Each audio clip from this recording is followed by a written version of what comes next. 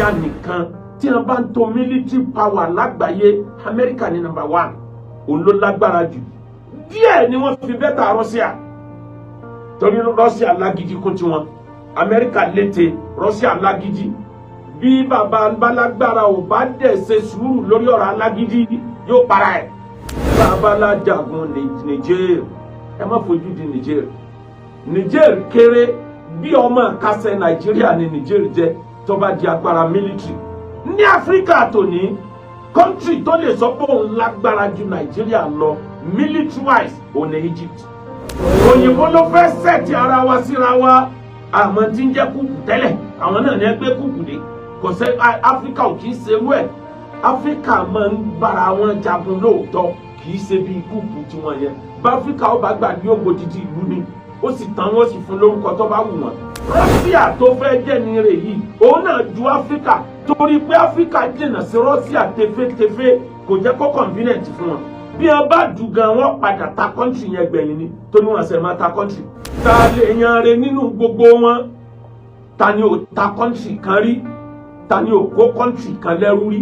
Áfíríkà ló wọ gbogbo wọn lójú torí resources ọrọ̀ ajé mineral resources tí ń bẹ ní Áfíríkà Ọlọ́run ò fún ìbò mi kò fún continent mi láyé majority orúkọ country Áfíríkà àwọn ni wọ́n sọ wá orúkọ ọbú ni wọ́n sọ majority country Áfíríkà irú ẹ̀ lórúkọ tí wọ́n fún Nàìjíríà orúkọ ọbú ni ó yẹ ká ti yí ipò ó yẹ ká ti change. ẹni ewu bẹ́ẹ̀ ló ń gé gan fúnra ẹ̀ ewu. tí Nàìjíríà tàbálà fẹ́ jagun Niger ewu tàbálà jagun Niger mọ́ wàhálà láàrin méjèèjì làá sí President Tinubu Ọlọ́run á fún yín lọ́gbọ́n mà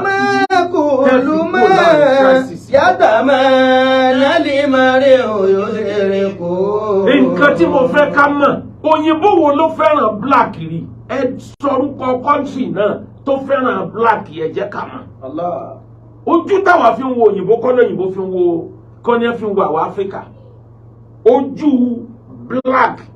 àwọn tí wọn ò jẹ́ nǹkan kan àwọn tí wọn ò wúlò àwọn ẹrú wa lóyìnbó fi ń wò wá gbogbo wọn àti UK àti US àti Russia tó lóhùn ọjà ta ni black dá lójú ẹnu wọn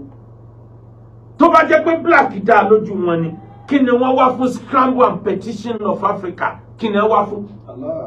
òwò ẹrú ni wọ́n wá ṣe wọ́n rí pé òwò ẹrú ta wọ́n fẹ́ kúrò níbẹ̀ mọ́ wọ́n lọ wọ́n tún padà wọ́n láwọn abolish slave trade lẹ́yìn ìgbà wọ́n abolish slave trade náà ló di petition náà bẹ̀rẹ̀ sí ṣe competition lórí Áfíríkà wọ́n ń du àwa ìlú Áfíríkà wọ́n ń du wá bí ìgbà tẹ̀ ń du búrẹ́dì lórí gbani wọ́n para wọn dánwò lórí pé èmi ní control bi ìwọ ló control bẹ̀ ẹni ọba tí líbì kan control yóò fún lórúkọ tó wù majority orúkọ country Áfíríkà àwọn ni wọ́n sọ wá orúkọ ọbú ni wọ́n sọ majority country Áfíríkà irú ẹ̀ lórúkọ tí wọ́n fún Nàìjíríà orúkọ ọbú ni ó yẹ ká ti yí ipò ó yẹ ká ti change ẹ̀ gbogbo countries ti Britain tán colonize náà change orúkọ wọn immediately tí wọ́n gba independence tán lẹ́yìn Nàìjíríà àti Sudan nìkan ni ó change ẹ̀ if not kí ni jẹ́ Nàìjíríà ibo ni wọ́n ti mú Nàìjíríà wá àwọn Lárúbáwá ni wọ́n máa ń pè àwọn Sudan ní negro àmì pé àwọn black wọ́ọ̀dù negro yẹn ń làwọn òyìnbó gbé tí wọ́n sọ di nigger yẹn ni wọ́n pè títí is a derogative statement full of racism hatred tí wọ́n fi máa ń fi hàn yí pé àwọn dúdú kan tí ò ṣàǹfààní they are niggers látara negro ló ti wá náà fún máa ń pè wọ́n ní their niggers yẹn ti wá di tó popular ìyẹn ní Lord Lugard bá dé ibi tó dé lórí odò òun àti ìyàwó ẹ̀ nígbà tá a fẹ́ gba independence orúkọ wo la fẹ́ sọ ibi tá a wà yìí nigger area let's call it Nigeria which means nigger area odò yìí gangan wọ́n ti sọ ní nigger odò àwọn black odò tó sàn kọjá ní ibi táwọn black tí wọ́n pọ̀ sí jù ìní jẹ́ nigger wọ́n wá fọ́ọ̀mù ẹ̀ ó di Nàìjíríà yìí kí ló dé táwọn olórí wa ò ti change sí Wazobia country látijọ́ kí ló dé tá a sì ń jẹ́ Nàìjíríà orúkọ tó jẹ́ pé tóga ni orúkọ tó jẹ́ pé orúkọ ọbú ni kò gbọ́dọ̀ máa ròyàn ẹ béèrè l'Amẹ́ríkà àwọn wo ni wọ́n ń pè ní nigger àwọn ọmọ olórin ní padà sọ nígà di nǹkan àpọ́nlé tí ń kọrin nígà àwọn ọmọ ní hip hop torí majority àwọn tí wọ́n bẹ̀rẹ̀ hip hop ẹ lọ wádìí àwọn black American ni láàrin wọn làwọn tí ò ní sí àwọn amúgbó àwọn kinní ni wọ́n pọ̀ sí they are just nígà ẹ fi wọ́n lẹ̀ nígà yẹn ló di Nàìjíríà tàwa ló fẹ́ràn wa nínú gbogbo òyìnbó ta ló fẹ́ràn Áfíríkà kí ló dé tóyìnbó fẹ́ sọ wá dọ̀tá ara wa àwa Áfíríkà wọn ìfẹ́ kẹ́nìkan ó gbé jáde wọn ìfẹ́ kẹ́nìkan ó dìde kó lóun ó gbìjà Áfíríkà pé ẹ jẹ́ kí Áfíríkà ó wà lọ́kan bọ́ńtọ̀ ń bá dìde wọn rẹ̀ yẹn ń ló ṣekú pa Gaddafi ń ló ṣekú pa àwọn míì náà tí wọ́n ti dìde bẹ́ẹ̀ nílẹ̀ Áfíríkà bàbá Tinubu báráyé bá fún ẹ ní ìmọ̀ràn dákun ronú kó tó tẹ̀lé aráyé bò ló pọ̀ wọ́n lè sẹ́ni tó ti ní ìdàtọ̀rọ̀ jẹ. nítorí náà tó bá wá rí bẹ́ẹ̀ ta lè yan re nínú gbogbo wọn ta ni ò ta kọ́ńtì kan rí ta ni ò kó kọ́ńtì kan lẹ́rú rí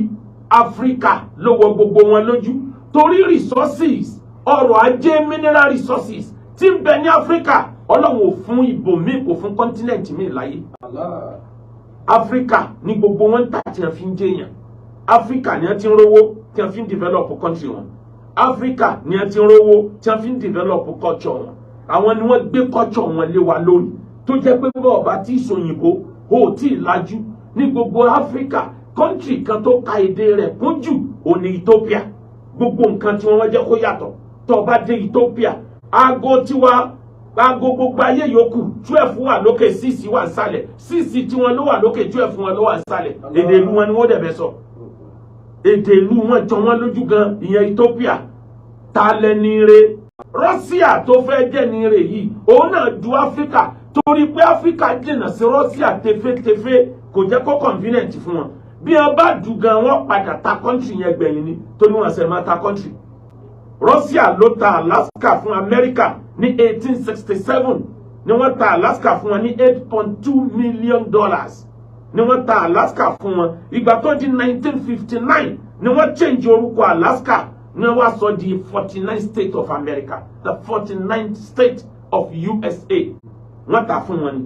ká ní wọ́n rí Ethiopia náà gbàǹgbà yẹn ni wọ́n bá ta kan yìí ni òyìnbó ló fẹ́ sẹ́ẹ̀tì ara wa síra wa àmọ́ tí ń jẹ́ kúùpù tẹ́lẹ̀ àwọn náà ní ẹgbẹ́ kúùpù dé kò sẹ́ Áfíríkà ò kì í ṣerú ẹ̀